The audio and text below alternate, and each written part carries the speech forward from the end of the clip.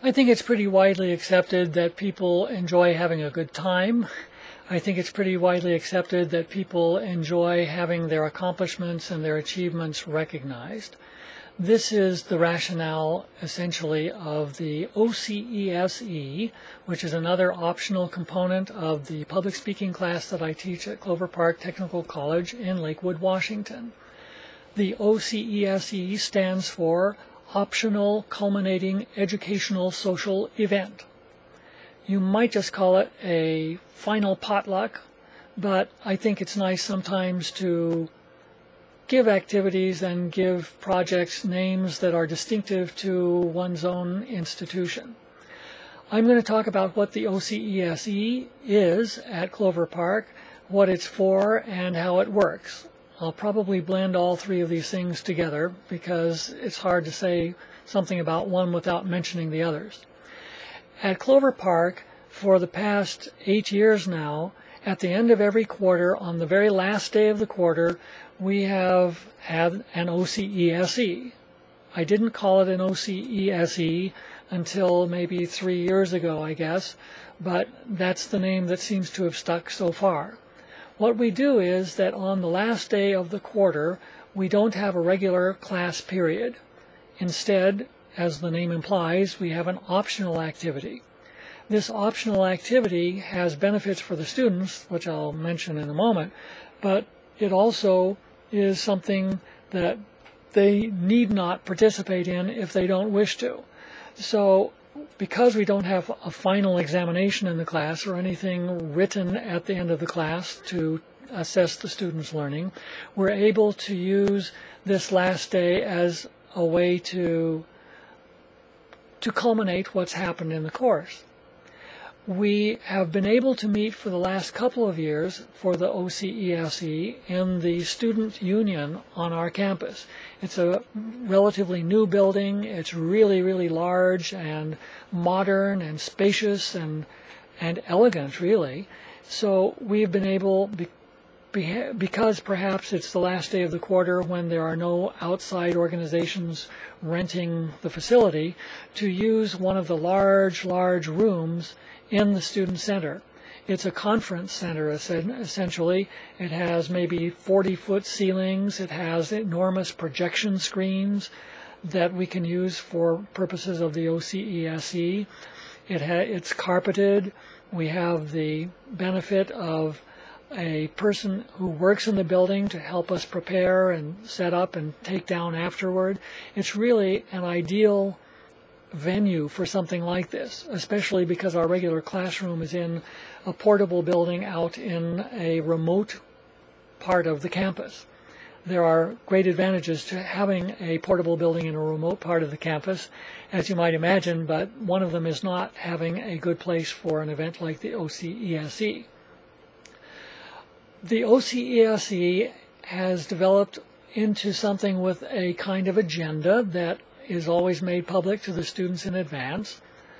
The expectation of the students who participate is that they will be there for at least 1 hour of the 2-hour span of the OCESE. We always schedule it from 11:30 in the morning to 1:30 in the afternoon, which means that if somebody has an 11 o'clock class, they can be there for the second half of the 11 o'clock hour and then into their regular noon hour if they have a noon hour off, which most of our students do. Or likewise, if they have a class at 11, they might be able to come at 12 and stay till 1:30. In any case, we want to make sure that as many students as possible can participate, and we found that having this 2-hour period is effective in that regard. When the students come, they are urged to sit at tables with people they don't know. The natural tendency is for them to sit with people from their own class, but I think I may have mentioned earlier in the guide that I always have students get up for the first 2 weeks of class at the beginning of each class hour and shake hands with each other, and also to remind each other of their names. So not too long after the students arrive at the OCESE, I will generally have them do the same thing, except obviously it's with a much larger group of people under these circumstances. The students are invited to bring their families, their friends, their fellow students from other parts of campus if they want to. It's meant to be an open, fun activity for them. If they do come to the OCESE for at least one of the hours, if they bring some food, which other people can eat as part of the festivities, and if they read a poem to the other students and their guests, then the students receive 5 bonus points. I tend to be very stingy with bonus points in the course. I give out hundreds of thousands of imaginary bonus points, but very few actual, real bonus points that go towards students' grades. Part of this is for simplicity's sake, and part of it is because I want to make sure that students really attach importance to the small number of bonus points that they can accumulate. Students are not required to be at the event, as I mentioned before, so if they don't attend, there's no negative consequence with respect to their attendance. However, they don't get the 5 bonus points that they might otherwise rack up at the OCESE. It's a combination, I think, of their just natural desire to have fun together and their desire to earn some of these extra points that motivates, I would say, at least 80% of the students to take part in the OCESE every quarter.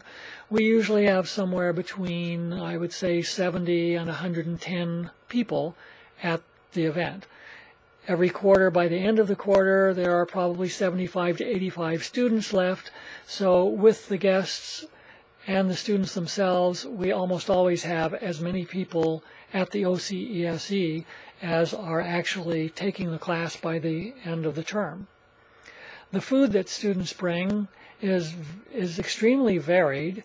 One thing I learned 7 years or so ago was that if I simply said, bring whatever you want, we would have 16 bags of Doritos and 15 containers of blueberry muffins or something like that. So the same technique that we use to determine which speakers speak on which day is the one that we use to determine who will bring which food to the OCESE. That is to say, we draw pennies out of a cup and look on the board where we have different categories of food so that each student in turn hears his or her name and identifies for everybody else what he or she is going to bring to the event. This has tended to work out very well over the past several years that we've done it. At the OCESE, again, we have an agenda. We start with getting to know each other. People trickle in. We have a place for guests to sign in. In fact, in our course, we have a guest book in our classroom all the time so that when we have guests come and visit us, they have a chance to identify themselves. After that period, if we're fortunate enough to have a student acting as MC, then that student will accelerate and explain what's going to happen by getting people to put their food in the proper places and eventually get people into a line or two to acquire their food. After that, in a variety of ways, we have poetry. The most recent innovation in this regard is that our student MC last quarter got everyone who checked in as a student to write his or her name on a slip of paper. Then the MC took all the slips of paper and called them out in groups of 5 or 6 so that those students would come up to the stage with the MC in a line and be prepared to read their poems. In the past, that we hadn't done that, and it had been a little bit jerky and somewhat time-consuming for us to go through the poetic part of the OCESE because we never knew who was going to speak next. It's worked very well. I think one of the outstanding virtues of the OCESE, or one of the testimonies, I suppose, to its effectiveness, is that all the students who come and have poems will read their poems with a wireless microphone to this crowd of 50, 75, 100 people, most of whom they've never met before. If I were to tell the students on the first day of the quarter, or if you were to tell your students on the first day of a term, that at the end of the quarter they would be reading poetry to 75 or 100 people, including many whom they do not know, they would stare at us in disbelief, wouldn't they? And yet it happens very comfortably usually. I've never heard anyone say, oh, I'm terribly nervous about this poem I'm going to be reading. The fact perhaps that students are bringing the food, they're meeting each other, they're in a new venue. Well, the new venue actually can be sort of a discombobulating feature, but in reality it doesn't seem to be. The students really rise to the challenge, and after the poetry is done, if some of them are still there, they usually have a very sociable, relaxed period of chatting and cleaning things up. And at our last MCCSE, we had something on the order of 8 or 10 small children there.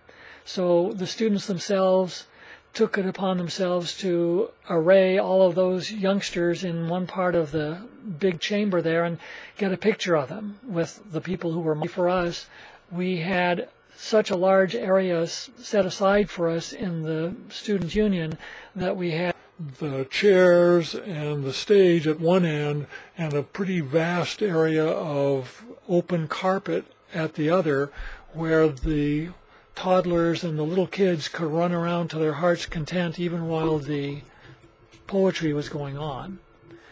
What I like to think of this event as being is, again, a relaxed, happy, I don't want to say unrestrained, but pretty light-hearted way to celebrate what we've done together and have a good time together. By the time the 2 hours are over, the students who remain help clean up. It's just a really, I think, a very satisfying way to put a cap on 10 weeks of hard work and challenges that the students and I have gone through together.